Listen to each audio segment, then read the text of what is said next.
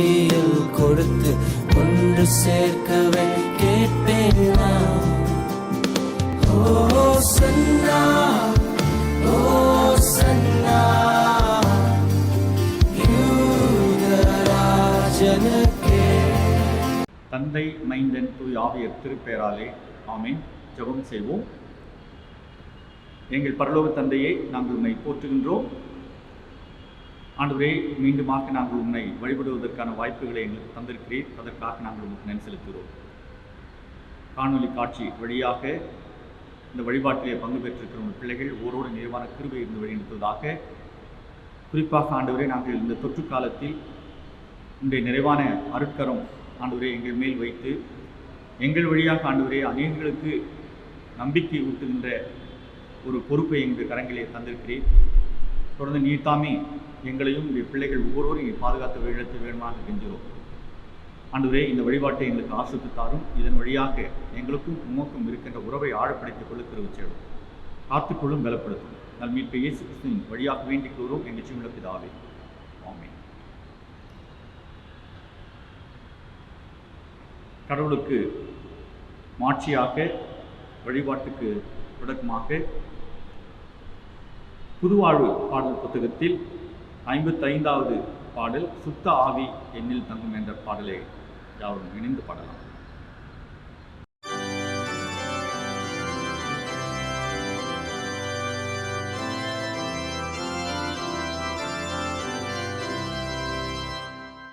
சுத்த ஆவி என்னில் தங்கும், நானும் சுத்தனாகவே, பாவ அழுக்கெல்லாம் நீக்கும் ஆலயமாகவே, என்னை நீர் சிங்காரியும் வாசம் பண்ணும் நித்தமும். சத்ய ஆவி என்னில் தங்கும், நானும் சத்யனாகவே, தெய்வ பக்தி என்னில் முற்றும் வளர்ந்தேற செய்யுமே. நீர் என்னில் பிரவேசியும், ஆண்டு கொள்ளும் நித்தமும். நேச ஆவி என்னில் தங்கும், நானும் நேசனாகவே, துர்சுபாவம் போக பண்ணும் அன்பில் நான் வேரூன்றவே, அன்பின் சுவாலை எழுப்பும், மென்மேலும் வளர்த்திடும்.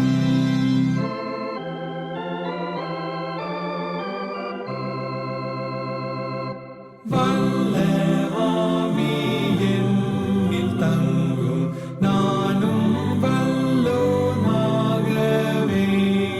சாத்தான் என்னை தூண்டிவிடும் போது ஜெயங்கொள்ளவே, நீர் என் பக்கத்தில் இரும், என்னை பலப்படுத்தும். நல்ல ஆவி என்னில் தங்கும், நானும் நல்லோனாகவே, பகை மேட்டிமை ரோதம் மற்றும் தீமையாவுமே என்னை விட்டகற்றுமே, என்னை சீர்படுத்துமே.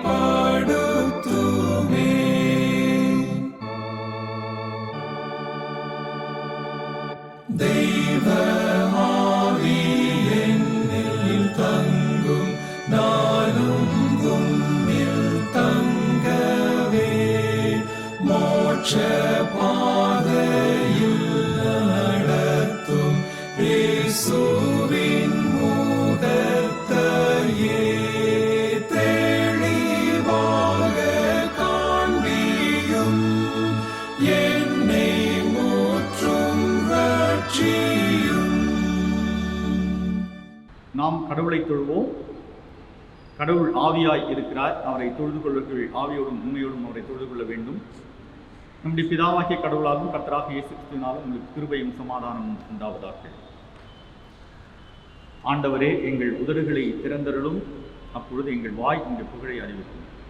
பிதாவுக்கும் குமாரனுக்கும் பரிசுத்தாவிக்கும் மகிமை உண்டாவதாக. ஆதியிலும் இப்பொழுதும் எப்பொழுதும் சதாகாலமும் மகிமை உண்டாவதாக. திரியேக கடவுளை நாம் போற்றுவோம். எங்கள் தந்தையாம் கடவுளே, உமது வல்லமையினாலும் ஞானத்தினாலும் எல்லாவற்றையும் படைத்து உமது குமாரனை எங்கள் ரட்சகராக தரும்படி உலகத்தில் அன்பு கூர்ந்தீரே உண்மை போற்றுகிறோம். குமாரனாம் கடவுளே, பாவத்தை தவிர்த்து எல்லாவற்றிலும் எங்களைப் போல் மனிதனாகி எங்கள் பாவங்களுக்காக ஒப்புக் கொடுக்கப்பட்டு எங்கள் நீதிக்காக உயிர்த்த பெருமை போற்றுகிறோம். பசுத்த ஆவியானவராகிய கடவுளே, எல்லா உண்மைக்குள்ளும் எங்களை வழிநடத்தி கடவுளின் அன்பை எங்கள் நெஞ்சில் கொடுகிறவை உண்மை போற்றுகிறோம். பிதா குமாரன் பசுத்த ஆவிய கடவுளே, உமக்கே எக்காலமும் எல்லா புகழும் மகிமையும் உண்டாவதாக.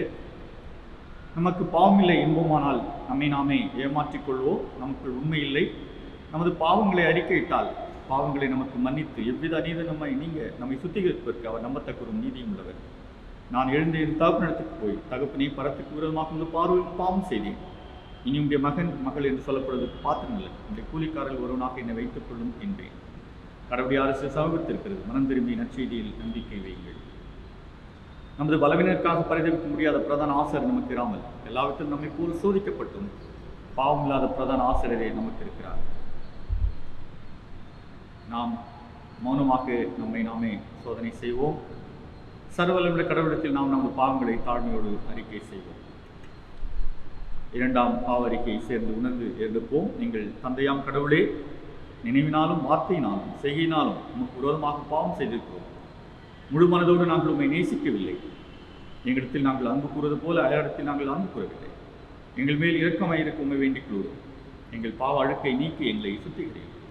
எங்கள் குற்றங்களை விட்டுவிட எங்களுக்கு உதவி புரியும். எங்கள் ஆண்டவர் இயேசு சொந்தமாக வேண்டிக் கொள்வோம் பிதாவே, ஆமென். சர்வ வல்லமை மிகுந்த இரக்கமுள்ள ஆண்டவர் மன்னிப்போயும் பாவ நிவர்த்தியை நமக்கு கட்டளையிட்டவில்லை. வாழ்க்கையை சீர்படுத்துவதற்கான காலத்தையும் தமது பசுத்தாவின் கிருபையிலும் தீர்த்ததையும் தந்துள்ளாராக. ஆமென். ஆண்டவரை துதியுங்கள். ஆண்டவர் நாம் துதிக்கப்படுவதாக. திருமறை பாடம் படிக்க கேட்போம். இன்றைய வழிபாட்டிற்கென்று படிக்க கொடுக்கப்பட்ட திருமறை பாடம் தெசலோனிக்கேயர் 2ஆம் அதிகாரம் வசனங்கள் 13 துவங்கி 17 முடியே. மீட்பு பெற தேர்ந்து கொள்ளப்பட்டவர்கள், ஆண்டவரால் அன்பு கூறப்பட்ட சகோதர சகோதரிகளே, நாங்கள் கடவுளுக்கு உங்கள் பொருட்டு என்றும் நன்றி செலுத்த கடமைப்பட்டிருக்கிறோம். ஏனெனில் தூய ஆவியால் தூய்மையாக்கப்பட்டு நீங்கள் உண்மையை நம்பி மீட்பு அடையும்படி கடவுள் உங்களை முதலாக தேர்ந்து கொண்டார். நம் ஆண்டவர் இயேசு கிறிஸ்துவின் மாட்சியை நீங்கள் அடையும் பொருட்டே நாங்கள் அறிவித்த நற்செய்தி வழியாக அவர் உங்களை அழைத்தார். ஆகவே அன்பர்களே, எங்கள் வாய்மொழி வழியாகவோ திருமுகம் வழியாகவோ அறிவிக்கப்பட்ட முறைமைகளை பற்றி கொண்டு அவற்றில் நிலையாயிருங்கள். நம் ஆண்டவராம் இயேசு கிறிஸ்துவும் நம்மீது அன்பு கொண்டு தம் அருளால் நிலையான ஆறுதலை எதிர்நோக்கை அளித்த நம் தந்தையாம் கடவுளும் உங்கள் உள்ளங்களுக்கு ஊக்கமளித்து நல்லதையே சொல்லவும் செய்யும் உங்களை உறுதிப்படுத்துவாராக. பாடம் முடிந்தது. கிறிஸ்துவுக்கே மகிமுண்டாவதாக. ஜெபம் செய்வோம். அன்பின் கடவுளே, இந்த காணொலி வழியாக இந்த வழிபாட்டில் பங்கு பெறும் இதை பகுதி பாராட்டி வைக்கின்றேன். இப்பொழுதும் இந்த வார்த்தையை நாங்கள் தியானிக்கின்ற போது தூய ஆவியானவராக எங்களோடு கூட பேசும். இந்த வார்த்தையின் ஆழங்களை நாங்கள் உணர்ந்து இந்த வார்த்தையினுடைய வாழ எங்களை நாங்கள் அர்ப்பணிக்க நீர் எங்களுக்கு உதவி செய்தோம்.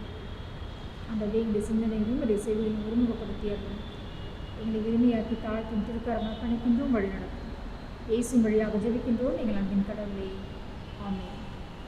கிறிஸ்துவுக்குள் அருமையானவர்களே, ஆண்டவராக இயேசு கிறிஸ்து திருப்பெயரிலே உங்களை வாழ்த்துகின்றோம். மீண்டுமாக கடவுளுடைய அருளினாலே நாம் கடவுளுடைய வழிபாட்டில் பங்கு பெறுவதற்கு கடவுள் நமக்கு அருள் பாராட்டி வைக்கின்றார். இன்றைய சூழலிலே கிறிஸ்தவ ஊடகங்களிலும் பல செய்திகளிலும் நாம் கேட்கின்ற ஒன்று, இறுதி நாட்கள் வந்துவிட்டது, கடைசி நாட்கள் வந்துவிட்டது, கடவுளுடைய வருகை நெருங்கிவிட்டது என்ற செய்தி பரவலாக சொல்லப்படுகின்ற ஒன்றாக இருக்கின்றது. இது நாம் சந்திக்கின்றதான இந்த பெருந்தொற்று காலங்களிலே கூடுதலான ஒரு பயத்தையும் அச்சத்தையும் ஒரு கலக்கத்தையும் உருவாக்குகின்ற ஒரு சூழலாக அமைந்திருக்கின்றது. இதே போன்ற ஒரு சூழல் தான் தெசலோனிக்கே திருச்சபையிலும் காணப்பட்டது. இன்றைக்கு படிக்க கேட்டதான அந்த நிருப பாடம் அப்படிப்பட்ட ஒரு சூழலிலே அப்போஸ்தலனாகிய பவுல் அவர்களுக்கு எழுதுகின்றதான இந்த கடிதம் இன்றைக்கு நமக்கும் நம்முடைய வழிபாட்டு சூழலை சார்ந்தும் பல சவால்களை கொடுக்கின்ற ஒன்றாக இருக்கின்றது. அவர் முதலாவதாக சொல்லுகின்ற பொழுது 2ஆம் வசனத்திலே வாசிக்கின்ற பொழுது, ஆண்டவருடைய நாள் வந்துவிட்டது என இறைவாக்காகவோ அருளுரையாகவோ நாங்கள் எழுதிய திருமுகத்தின் செய்தியாகவோ யாராவது சொன்னால் நீங்கள் உடனே மனம் கலங்கி நிலை குலைய வேண்டாம். நீங்கள் உடனே மனம் கலங்கி நிலை குலைய வேண்டாம், திகிலுறவும் வேண்டாம். எவரும் உங்களை எவ்வகையிலும் ஏமாற்ற இடம் கொடுக்காதே. கடவுளுடைய வருகையை நம் அனைவரும் எதிர்பார்த்திருக்கின்ற ஒன்று.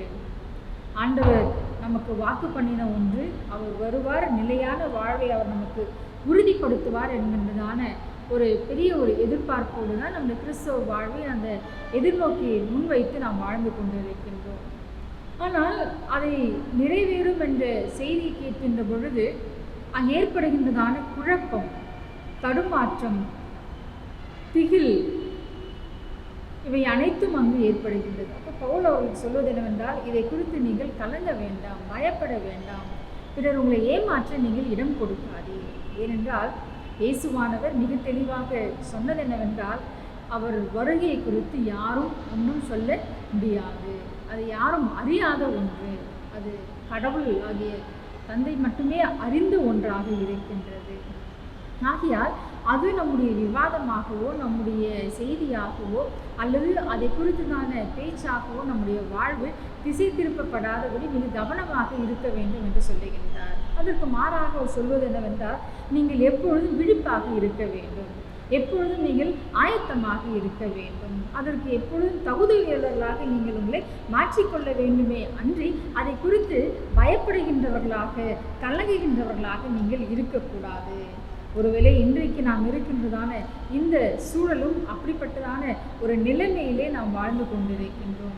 பவுல் வழியாக கடவுள் நமக்கு கொடுக்கின்றதான உறுதிப்பாடு என்னவென்றால், அதை குறித்து நாம் பயப்பட தேவையில்லை.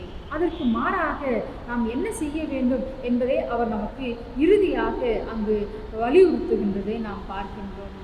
15ஆம் வசனத்திலே நாம் வாசிக்கின்ற பொழுது, ஆகவே அன்பர்களே, எங்கள் வாய்மொழி வழியாகவோ திருமுகம் வழியாகவோ அறிவிக்கப்பட்ட முறைமைகளை பற்றி கொண்டு அவற்றில் நிலைத்திருங்கள். கிறிஸ்துவனுடைய வாழ்வின் வழியாக அவர் கற்றுக் கொடுத்ததன் வழியாக அவற்றை உறுதியாக பற்றி பிடித்து அவற்றில் நிலைத்திருக்க வேண்டும் என்பது அவர் நமக்கு கொடுக்கின்ற அழைப்பாக இருக்கின்றது. கிறிஸ்துவ வாழ்வு எப்பொழுது அதை முழுமையாக நாம் வாழுகின்றோம் என்றால், அவர் வழியாக நாம் கேட்டதான இறை செய்தியை, நற்செய்தியை அதில் உறுதியாக நிலைத்திருப்பதுதான்.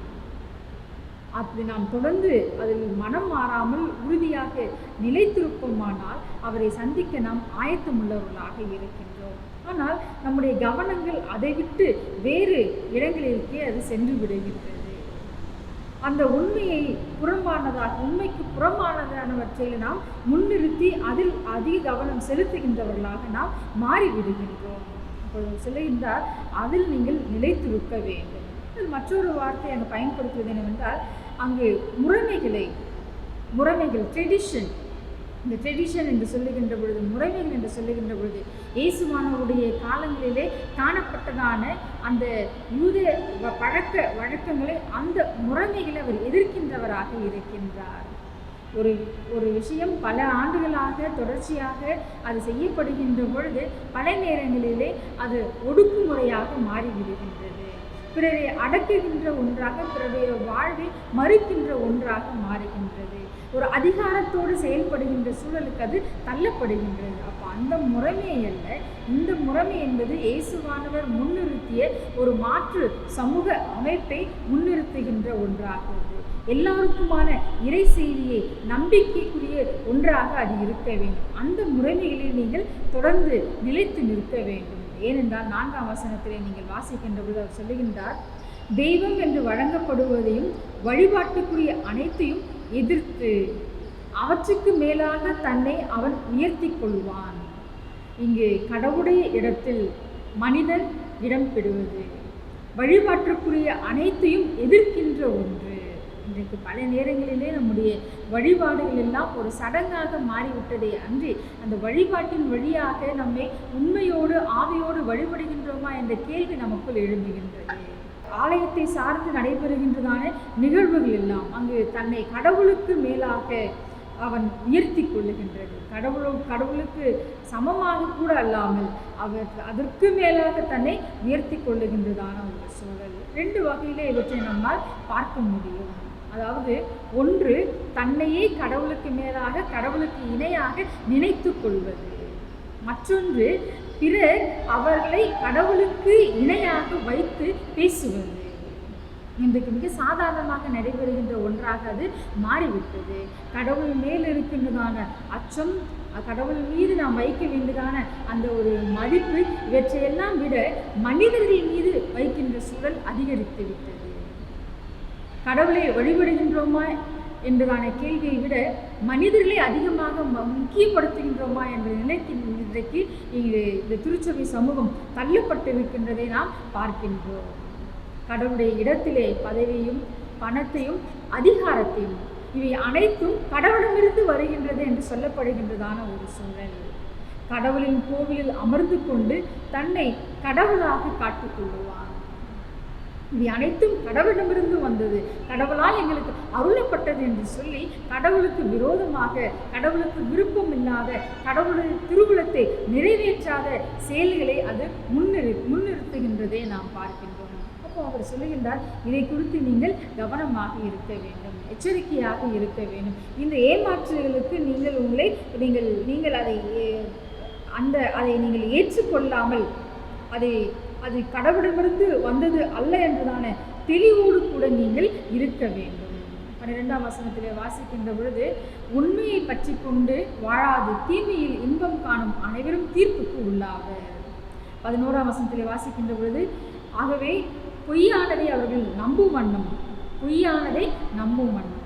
நான் மிக தெளிவாக எது கடவுளுடையது, எது கடவுளுக்கு விரோதமானது, கடவுளிடமிருந்து வந்தது எது, கடவுளிடமிருந்து வராதது எது என்பது தெளிவோடு கூட இருக்கும். அதற்காக தான் அவர் இறுதியாக அவர் சொல்லுகின்ற பொழுது, நாம் பெற்றுக்கொண்டதான மீட்பு என்பது நாம பெற்றுக்கொள்ளவில்லை, மாறாக கடவுள் நமக்கு அது ஈவாக தந்தது, கடவுள் நமக்கு பரிசாக தந்தது. தூய் ஆவியானவர் தாமே நம்மை அவர் தூய்மைப்படுத்தியிருக்கின்றார், நம்மை மீட்டெடுத்திருக்கின்றார், அவர் நம்மை தெரிந்தெடுத்திருக்கின்றார். அப்போ இது என்னுடைய சுயத்தினால் அல்லது என்னுடைய செல்ஃப் ரைச்சஸ் சுய நீதியினால் எனக்கு கிடைக்கப்பெற்ற ஒன்று அல்ல, மாறாக அது கடவுளையே ஈவாக இருக்கின்றது, கடவுளுடைய பரிசாக அது இருக்கின்றது. 16ஆம் வசனத்திலே அதுதான் அவர் அங்கு எழுதுகின்றார். நம் ஆண்டவராம் இயேசு கிறிஸ்துவும் நம் மீது அன்பு கூர்ந்து தம் அருளால் நிலையான ஆறுதலின் எதிர்நோக்கியும் அளித்த நம் தந்தையாம் கடவுளும். ஆண்டவராம் இயேசு கிறிஸ்துவும் நம் மீது அன்பு கூர்ந்து தம் அருளால், அவருடைய அருளாலே நாம் பெற்றிருக்கின்றோம். என்ன பெற்றிருக்கின்றோம் என்றால், நிலையான ஆறுதலையும் எதிர்நோக்கியும், நிலையான ஆறுதலையும் எதிர்நோக்கியும் நாம் பெற்றிருக்கின்றோம். தெசலோனிக்கேய திருச்சபையை குறித்து நாம் வாசிக்கின்ற பொழுது, அங்கு பவுல் முதலாவதாக செல்லுகின்ற பொழுது அவருக்கு அங்கு எதிர்ப்பு ஏற்படுகின்றது. ஆகையால் மீண்டும் அவர் அங்கு செல்ல முடியாமல் தீமோத்தேயுவை அங்கு அனுப்புகின்றார். தீமோத்தேயு சென்று முடித்து திரும்பி வருகின்ற பொழுது ஒரு மகிழ்ச்சியான செய்தியை அவரிடம் அவர் கொண்டு வருகிறார். என்னவென்றால், தெசலோனிக்கேய திருச்சபையில் இருக்கின்றதான சீடர்கள், கிறிஸ்தவர்கள் எல்லா விதமான உபத்திரவத்தினோடு கூட தம்முடைய விசுவாசத்தில் நம்பிக்கையிலே உறுதியாக இருக்கின்றார்கள், அவர் நிலையாக நிற்கின்றார்கள் என்றுதான அந்த செய்தி அவருக்கு சொல்லப்படுகின்றது. அதுதான் அவர் அங்கு சொல்லுகின்றார், நீங்கள் நிலையாக உறுதியாக என்ன போராட்டம் வந்தாலும் என்ன துயரம் வந்தாலும் அதில் நிற்பதை கண்டு நான் மகிழ்ச்சி உறுகின்றேன். அந்த மகிழ்ச்சியை அவர்களோடு கூட அவர் தன்னுடைய கடிதத்தின் வழியாக பகிர்ந்து கொள்ளுகின்றதை நாம் பார்க்கின்றோம். 1ஆம் நிருபத்திலே நாம் வாசிக்கின்ற பொழுது மிக தெளிவாக அதை குறித்து அவர் சொல்லுகின்றார். அப்போது அவர் சொல்கின்றார், இந்த உபத்திரவத்தின் வழியாக நீங்கள் கடந்து செல்லுகின்ற பொழுது, பல இழப்புகள் வழியாக நீங்கள் கடந்து செல்லுகின்ற, ஏனென்றால் அங்கு பலர் மரிக்கின்றார்கள். மரணத்தை குறித்து அவர் பலர் மரணத்தை சந்திக்கின்ற பொழுது உயிர்த்தெழுதலுக்கான கேள்வி அவர்களுக்குள் எழுகின்றது. இயேசுவானவர் வருகைக்காக நாம் காத்திருக்கின்றோம், ஆனால் பலர் நம்மை விட்டு செல்லுகின்றார்கள், இவர்கள் என்ன ஆவார்கள் என்பதான கேள்வி எழுகின்றது. இதுவும் அவர் முதலாவதாக எழுதிய திருமுகமாக இருக்கிறது. அப்போ இந்த ஒரு கடினமான சூழலில் நீங்கள் கடந்து செல்லுகின்ற பொழுது நிலையான ஆறுதலை கடவுள் அருளுகின்றார். இந்த ஆறுதல் என்பது வெறும் துயரத்திலிருந்து மீளுகின்ற ஒரு ஆறுதல் மட்டுமல்ல, எதிர்நோக்கி கொடுக்கின்ற ஒரு ஆறுதலாக, நம்முடைய வாழ்வின் நம்பிக்கையை உறுதிப்படுத்துகின்ற ஒரு ஆறுதலாக அந்த ஆறுதல் அது இருக்கின்றது. இயேசுவானவர் சொன்னது போல, என்னுடைய சமாதானத்தை நான் உங்களுக்கு விட்டு செல்லுகின்றேன், உலகம் கொடுக்கின்றது போன்று அது அல்ல. அந்த நிலையான ஆறுதலை கடவுள் அருள் கூர்ந்து நம் மீது வைத்த அன்பின் நிமித்தமாக அதை அவர் நமக்கு உறுதிப்படுத்துகின்றார். ஒருவேளை இந்த ஒரு கடினமான ஒரு சூழலை நாம் கடந்து செல்லுகின்ற பொழுது, பல இழப்புகளை சந்திக்கின்ற பொழுது, ஆதாரங்களை நாம் இழந்திருக்கின்றதான நிலைகளிலே கடவுளுடைய வாக்கு நமக்கு நம்பிக்கை கொடுக்கின்ற ஒன்றாக இருக்கின்றது. நம் மீது வைத்திருக்கின்றதான அந்த அன்பு நிலையான அன்பாக, அவர் நம் மீது வைத்திருக்கின்றதான அருள் வழியாக நம்முடைய வாழ்வை அவர் உறுதிப்படுத்துகின்றவராக அவர் விதைக்கின்றார். இந்த நிச்சயத்தை மீண்டுமாக கடவுள் நமக்கு நாம் கொடுக்கின்றார் என்பதை நாம் இந்த வார்த்தையின் வழியாக உறுதிப்பற்றுக் கொள்வோம். தொடர்ந்து அவர் சொல்லுகின்ற பொழுது, நீங்கள் இந்த அதிகாரத்தினுடைய துவக்கத்திலே சொல்லுகின்ற பொழுது, நீங்கள் மனம் கலங்கி நிலை குலைய வேண்டாம், திகிலுற வேண்டாம், எவரும் உங்களை எவ்வகையிலும் ஏமாற்ற இடம் கொடுக்காதீர்கள் என்று சொல்லுகின்ற பொழுது என்ன செய்ய வேண்டும் என்பதை 17ஆம் வசனத்தில் அவர் மிக தெளிவாக அங்கு சொல்லுகின்றார். உங்கள் உள்ளங்களுக்கு ஊக்கம் அளித்து நல்லதையே சொல்லவும் செய்யவும் உங்களை உறுதிப்படுத்துவாராக. இயேசுவானவருடைய வருகை குறித்துதான பேச்சுக்கள் அல்ல, அதை குறித்துதான விவாதங்கள் அல்ல, அல்லது அவர் எப்பொழுது வருவார் என்பதான கேள்விகளோடு ஐயத்தோடு வாழ்வதல்ல. மாறாக நாம் செய்ய வேண்டியது என்னவென்றால், எப்பொழுதும் நல்லதையே சொல்லவும் செய்யவும் அவர் நம்மை உறுதிப்படுத்துவாராக என்கிறதான ஒரு ஜெபத்தை அவர் அங்கு வைக்கின்றார். அன்புக்குரிய இறைமக்களே, இந்த வழிபாடு இல்லாத ஒரு சூழலிலே நாம் வாழுகின்ற இடமே வழிபாடாக மாறியிருக்கின்றது. நாம் வழிபடுகின்ற ஒரு ஒரு நிலையிலே வழிபாடு என்கின்ற பொழுது கடவுளை வெளிப்படுத்துகின்ற, கடவுளை மாற்றுப்படுத்துகின்ற ஒன்று. அப்போ நாம் இருக்கின்றதான இடம் அந்த சூழலுக்குரியதாக அது மாற வேண்டும். எப்பொழுது கடவுள் மாற்றி வருவார், எப்பொழுது கடவுள் அங்கு வெளிப்படுத்தப்படுவார் என்றால், நல்லதையே சொல்லுகின்ற பொழுது, நல்லதையே நாம் செய்கின்ற பொழுது. அதுதான் கடவுள் இன்றைக்கு நம்மிடம் எதிர்பார்க்கின்ற ஒன்றாக இருக்கின்றது. இதை நாம் செய்கின்ற பொழுது கடவுளை சந்திக்க நாம் ஆயத்தமுள்ளவர்களாக நாம் இருக்கின்றோம், எப்பொழுதும் விழிப்புள்ளவர்களாக நாம் மாறுகின்றோம். அப்போ நம்முடைய வார்த்தைகள், நம்முடைய செயல்கள் இது பிறருக்கு வாழ்வையும் நம்பிக்கையும் கொடுக்கின்ற ஒன்றாக இருக்கின்றது. நாம் சொல்லுகின்றதான சொல் பிறரை எந்த நிலையிலும் புண்படுத்தாதபடி, அவருடைய வாழ்வை அங்கு வேதனைக்குட்படுத்தாதபடி, அது நம்பிக்கை கொடுக்கின்ற ஒன்றாக, மகிழ்ச்சி கொடுக்கின்ற ஒன்றாக, துயரத்திலே அவர்களுக்கு ஆறுதல் கொடுக்கின்ற ஒன்றாக அது இருக்க வேண்டும். இந்த வார்த்தையை நாம், எந்த ஒரு வார்த்தையை நாம் பேசினாலும் அது நம்முடைய எண்ணங்களிலிருந்து வெளிப்பாடாக அது அமைந்திருக்கின்றது. அது எண்ணமாக மட்டுமில்லாது செயலாக அது மாற வேண்டும். அது செயலாக மாறுகின்ற பொழுது அந்த நம்முடைய வழிபாடு உண்மையுள்ள, அர்த்தமுள்ள ஒரு வழிபாடாக மாறும். இல்லை என்றால் இது அனைத்தும் ஒரு சடங்காக மாறிவிடுகின்றது. அன்புக்குரியவரே, ஆண்டவராகிய இயேசு கிறிஸ்துவை இந்த சூழலிலே அதிகமாக இந்த உலகிற்கு வெளிப்படுத்தக்கூடியவர்களாக நாம் இருக்கின்றோம். ஆனால் எந்த நிலைப்பாட்டை நாம் பெற்றிருக்கின்றோம்? எதை இன்றைக்கு நாம் உயர்த்தி பிடித்து கொண்டிருக்கின்றோம்? யாரை இன்றைக்கு நாம் மையப்படுத்துகின்றோம்? எதை இன்றைக்கு நாம் மையப்படுத்துகின்றோம்? இன்றைக்கு எல்லாமே ஒரு தவறான ஒரு எண்ணத்தோடு, சிந்தையோடு சென்று கொண்டிருக்கின்றதான ஒரு சூழலில் இது நமக்கு ஒரு மிகப்பெரிய ஒரு எச்சரிப்பாக வருகின்றது. இதை நாம் கவனத்தில் கொள்ளவில்லை என்றால் நாம் கலக்கும் முற்றவர்களாக, வேதனை உற்றவர்களாக, அங்கு திகில் உற்றவர்களாக, ஏமாற்றம் அடைந்தவர்களாக நாம் இருப்போம். அப்படி நாம் இல்லாதபடி கடவுளுக்கு ஏற்புடைய ஒரு வாழ்வை நாம் வாழ கடவுள் நமக்கு அருள் செய்வாராக. கடவுள் வாக்கு பண்ணின வண்ணமாக அவருடைய அருளும் அன்பும் எப்பொழுதும் நிலையானதாக, மாறாததாக, உண்மையுள்ளதாக, நம்மோடு கூட இருக்கின்றது என்பதான நம்பிக்கையிலே நம்முடைய வாழ்வை அவருக்கு ஏற்புடைய ஒரு வாழ்வாக வாழ கடவுள் நம்மை ஆற்றல்படுத்துவாராக, வழி நடத்துவாராக. ஆமென். நம்முடைய பற்றுமையை திருத்தூதர் பற்றுறுதியோடு சேர்ந்து உறுதி செய்து கொள்வோம். யாவரும் இணைந்து அறிக்கை செய்வோம். வானத்தையும் பூமியையும் படைத்த சர்வவல்ல பிதாவாகிய தேவனை விசுவாசிக்கிறேன். அவருடைய ஒரே குமாரனாகிய நம்முடைய நாதர் இயேசு கிறிஸ்துவையும் விசுவாசிக்கிறேன். அவர் பசுத்தாவினாலே கண்மனிடத்தில் உற்பத்தி பிறந்தார். பொந்துவிலாத்தின் காலத்தில் பாடுபட்டு சிலுவையில் அறைந்து மரித்து அடக்கம்பட்டு பாதாளத்தில் இறங்கினார். 3ஆம் நாள் மருத்துவத்துக்கு எழுந்தறினார். பரமத்துக்கு ஏறி சர்வ வல்லமையுள்ள பிதாவாகிய தேவன் வலதுபாசில் வீற்றிருக்கிறார். அவரிடத்திலிருந்து உயிருள்ளோரை மரித்தோரை நியாயத்திற்கு வருவார். பசுத்தாவியை விசுவாசிக்கிறேன். பொதுவாக இருக்கிற பசுசபையும் பசுத்தவான்களுடைய ஐக்கியமும் பாவ மன்னிப்பும் சரீர உயிர்த்தெழுதும் நித்திய ஜீவனும் என்று விசுவாசிக்கிறேன். ஆமென். சபைக்கான அறிவிப்புகளை செயலர் அறிவிப்பார். அன்பான திருச்சபை குடும்பத்தார் அனைவருக்கும் இயேசுவின் இனிய நாமத்தினாலே வணக்கத்தையும் பார்த்து தெரிவித்துக் கொள்கிறோம். இன்று முதல் வருகின்ற 26/6/2021 சனிக்கிழமை வரை பிறந்தநாள் மற்றும் திருமண நாளை காண்பவர்கள் விவரம். இன்று பிறந்தநாளை காண்பவர்கள் செல்வன் M Kevin Steve Jeffrey, son of திருமதி லிடியா பிரேமலதா, அருள் திரு ரோசலின் இளையராணி, வைஃப் ஆஃப் அருள் திரு எஸ் தினகரன். ஜூன் 21ஆம் தேதி பிறந்தநாளை காண்பவர்கள் திரு ஜே ஜெயபிரகாஷ், சன் ஆஃப் திரு எல்டிபி பிராங்க்லின் ஜெயக்குமார், திருமதி S Selvathamizh Preethi, wife of திரு சி தேவராஜ். அதே நாளில் திருநாளை காண்பவர்கள் திரு எஸ் வில்ஃப்ரட் காந்தி, திருமதி கிரிஜா ஜெனிபர் தம்பதியினர், திரு ஏ கோகுல்குமார் என்கிற சாந்தகுமார், திருமதி பியூலா என்கிற உஷா தம்பதியினர். ஜூன் 22ஆம் தேதி பிறந்தநாளை காண்பவர்கள் திருமதி J Charlotte Shanthi, wife of திரு டி ராபர்ட் ஜோதி, திரு டி சகரியா நிக்கல்சன். அதே நாளில் திருநாளை காண்பவர்கள் திரு டி ராபர்ட் ஜோதி, திருமதி சாலட் சாந்தி தம்பதியினர். ஜூன் 23ஆம் தேதி பிறந்தநாளை காண்பவர்கள் செல்வன் K Shine Azariah, son of திரு எஸ் கபிலன், திருமதி சகாயமேரி செல்வி, வைஃப் ஆஃப் திரு ஏ பிரபுதாஸ், திருமதி J FC Beulah, wife of திரு டி ஜெயசீலன்.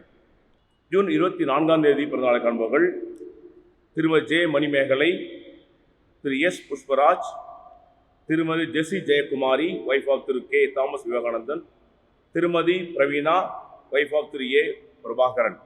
அதே நாளில் திருநாளை காண்பவர்கள் திரு என் சந்திரன், திருமதி எஸ் ஆனந்தி தம்பதியினர், திரு ஏ ஜோசப் விக்டர், திருமதி மரியா இன்பமணி தம்பதியினர், திரு சி சத்யகுமார், திருமதி ஜி செல்வராணி தம்பதியினர், திரு ஏ பிரபாகரன், திருமதி பிரவீனா தம்பதியினர், திரு ஜே மைக்கேல் ஜான், திருமதி நதியா சிபியால் தம்பதியினர், திரு ஆர் டாவின், திருமதி பி பவானி தம்பதியினர். ஜூன் 25ஆம் தேதி பிறந்தநாளை காண்பவர்கள் திரு ஏ வி மேத்யூ, திருமதி ஞானதீபம், திருமதி ஜி சலோமி, வைஃப் ஆஃப் திரு ஜி ஞானலிங்கம், திரு சி மாசிலாமணி, குழந்தை ஜெசிலி எழிலன், டாக்டர் ஆஃப் திரு ஐஎஸ் எழிலன். அதே நாள் திருநாளை காண்பவர்கள் ஜே ஜெயபிரகாஷ், திருமதி எஸ் சத்யபிரசன்னா தம்பதியினர், திரு எம் தாமஸ், திருமதி ஷீலா தம்பதியினர். ஜூன் 26ஆம் தேதி பிறந்தநாளை காண்பவர்கள் திரு J Camillo De Silva, son of திரு ஜி ஜான்சன், திரு டி பொன்ராஜ், சன் ஆஃப் திரு எஸ் டேவிட் ராஜா, திரு ஏ செல்வகுமார், திருமதி Lincy Priya Bharathi, daughter of திருமதி பிலோமினா கல்யாணி, திருமதி ஜே ஹேமாவதி, வைஃப் ஆஃப் திரு ஜி ஜெகன், திருமதி ஷீலா, வைஃப் ஆஃப் திரு சி மாசலாமணி. பிறந்தநாள் மற்றும் திருநாளை காண்பவர்கள் அநேக பிறந்தநாளும் திருநாளை காண வாழ்த்துகிறோம். கிறிஸ்துவுக்குள் பிரியமான திருச்சபையார் யாவரையும் இரட்சகராகிய இயேசு கிறிஸ்துவின் இனிய நாமத்தினாலே வாழ்த்துகின்றேன், ஸ்தோத்திரங்களை தெரிவித்துக் கொள்கின்றேன்.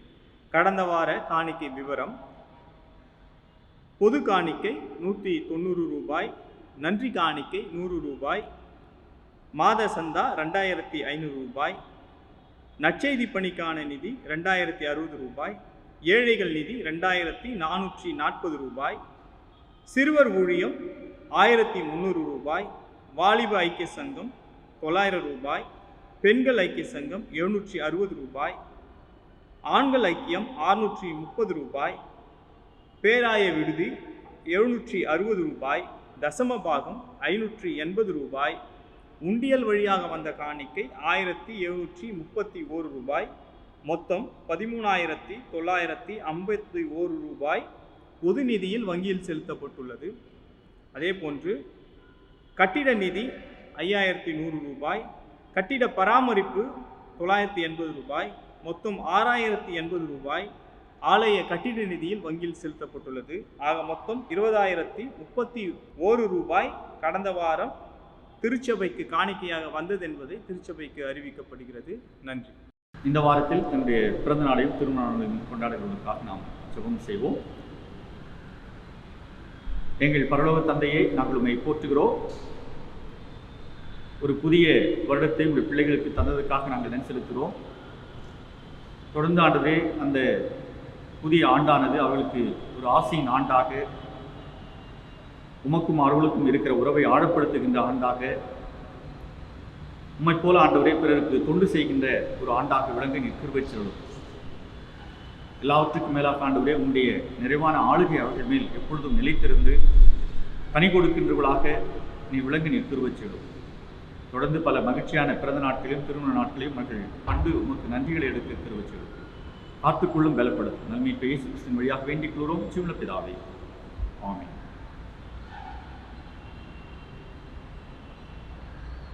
தொடர்ந்து நாம் ஜெபம் செய்வோம். கர்த்தர் உங்களோடு இருப்பாராக, அவர் ஆவியோடும் இருப்பாராக. கர்த்தாவே எங்களுக்கு இறங்கும், கிறிஸ்துவே எங்களுக்கு இறங்கும். கர்த்தாவே எங்களுக்கு இறங்கும். ஆண்டவர் கற்பித்த இறைவனில் சேர்ந்து சொல்லுவோம். பரமனுக்கு எங்கள் பிதாவே, உடைய நாமம் பரிசுத்தப்படுவதாக, உடைய ராட்சியம் வருவதாக, உடைய சித்த பரமணத்தில் செய்யப்படுவதால் பூமியிலேயும் செய்யப்படுவதாக. அன்றுள்ள எங்கள் அப்பத்தை எங்களுக்கு இன்று தாரும். எங்களுக்கு விரோதமாய் கிறிஸ்தவர்களுக்கு நாங்கள் மன்னிக்கிறது போல எங்கள் குற்றங்களை எங்களுக்கு மன்னியும். எங்களை சோதனைக்குள் பிரவேசிக்க பண்ணாமல் தீமிருந்து எங்களை ரட்சித்துக் கொள்ளும். ராட்சியமும் வல்லமையும் மகிமையும் என்னிருக்கின்றீர்களே. ஆமென். தொடர்ந்து நாம் ஜெபம் செய்வோம். எங்கள் தூய கடவுளே, இப்பொழுது இந்த வழிபாட்டிலே பங்கு பெற்றுக்கொண்ட பிள்ளைகள் ஊருக்காக நாம் வேண்டிக் கொள்கிறோம். குறிப்பாக ஆண்டவரே, இந்த கொரோனா தொற்று காலத்தில் நீரே உடைய நிறைவான பாதுகாப்பை நீர் தர வேண்டுமா நாங்கள் கெஞ்சுகிறோம். ஆண்டவரே, உலகமானது பயந்திருக்கிற இந்த சூழலிலே உங்களுடைய கரம் ஆண்டவரே உங்களுடைய பிள்ளைகளை பற்றி பிடித்து, ஆண்டவரே நான் உன்னோடு இருக்கிறேன் என்கிற உங்களுடைய வாக்குத்தத்தத்தை உறுதி செய்து கொண்டு, ஆண்டவரே நாங்கள் எங்கெல்லாம் பயத்தில் இருக்கிறார்களோ, சுகவீனத்தில் இருக்கிறார்களோ, இழப்பை சந்தித்திருக்கிறார்களோ அவர்களோடு நெருக்கமாக இருந்து அவர்களுக்கு நம்பிக்கை ஊட்டுகின்ற பிள்ளைகளாக நாங்கள் விளங்கி கிருபை செய்வோம் நாங்கள் வெஞ்சுகின்றோம். ஆண்டவரே, விரைவிலே ஆண்டவரே இந்த தொற்றுக்காலம் நீங்க பெற்று ஒரு மகிழ்ச்சியான ஒரு சூழலை நாங்கள் எதிர்கொள்ள நீர் கிருபை செய்வோம் நாங்கள் வெஞ்சுகிறோம். இந்த வழிபாட்டிலே கலந்திருக்கும் பிள்ளைகள் ஊருக்காக வேண்டிக் கொள்கிறோம். அவருடைய எல்லா விதமான தேவைகளையும் நீத்தாமே சந்தித்து ஆண்டவரே அவர்கள் எப்பொழுதும் ஆண்டவரே உம்மோடு அதிகமாக ஜெபிக்கவும் நீர் அருள காத்திருக்கின்ற நிறைவான ஆசைகளை பெற்றுக்கொள்ளவும் கிருபை செய்வோம் நாங்கள் வெஞ்சுகிறோம். காத்துக்கொள்ளும் பலப்படுத்தும். நன்மை இப்போ இயேசு கிறிஸ்துவின் வழியாக வேண்டிக் கொள்வோம் ஜீவனுள்ள பிதாவே. ஆமென். தேவனுடைய இருக்கமுள்ள கிருபைக்கும் பராமரிப்புக்கும் உங்களை ஒப்புக் கொடுக்கிறோம். பிதா, குமாரன், பசுத்த ஆவியுமாகிய சர்வை வல்லமை பொருந்திய கடவுளுடைய ஆசீர்வாதம் உங்களுக்குள்ளே இருந்து எப்பொழுதும் உங்களோடு நிலைத்திருக்க கடவுளே. ஆமென்.